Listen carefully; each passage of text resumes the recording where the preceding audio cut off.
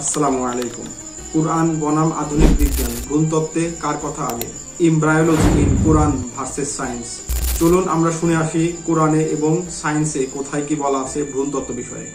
আমরা সবাই জানি আধুনিক বিজ্ঞান অনেক এগিয়ে গিয়েছে, কিন্তু এমন কিছু সত্য আছে যা আজ থেকে প্রায় 1400 বছর আগে কোরআনে বলা হয়েছে। কি বিশ্বাস হচ্ছে না? আজকের ভিডিওতে আমরা জানবো ভ্রূণ কিভাবে গঠিত হয় এবং সেটা কোরআনে কিভাবে বলা আছে এবং সায়েন্সের সাথে কতটুকু মিলে যায়। আল্লাহ তাআলা কুরআনুল কারিমে সূরা আল মুমিনুনে 12 থেকে 14 আয়াতে ভ্রূণতত্ত্বের বিশেষত্ব নিয়ে কথা বলেছেন। আল্লাহ তাআলা কুরআনুল কারিমে সূরা আল মুমিনুনে বলেন, আমি মানুষকে সৃষ্টি করেছি মাটির সারাংশ থেকে, তারপর তাকে রেখেছি নিরাপদ স্থানে অর্থাৎ মাতৃগর্ভে।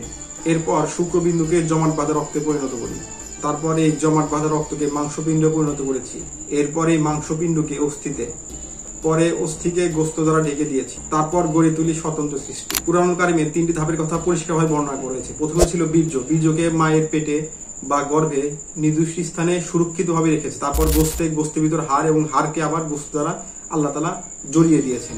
এটা কুরআনুল কারিমে সুন্দরভাবে স্পষ্ট করে দিয়েছেন। বর্তমান সায়েন্স ঠিক এইভাবেই বলে যে 3টা ধাপে মানুষ সৃষ্টি হয়েছে। বিশ্ববিখ্যাত কানাডিয়ান এমব্রায়োলজিস্ট কিথ মোর তিনি বলেছেন, কোরআনে ভ্রূণতত্ত্ব নিয়ে যেসব স্টেজের কথা বলা হয়েছে এটি সম্পূর্ণ বাস্তব ভিত্তিক, যা বর্তমান সায়েন্স মেনে নিতে বাধ্য।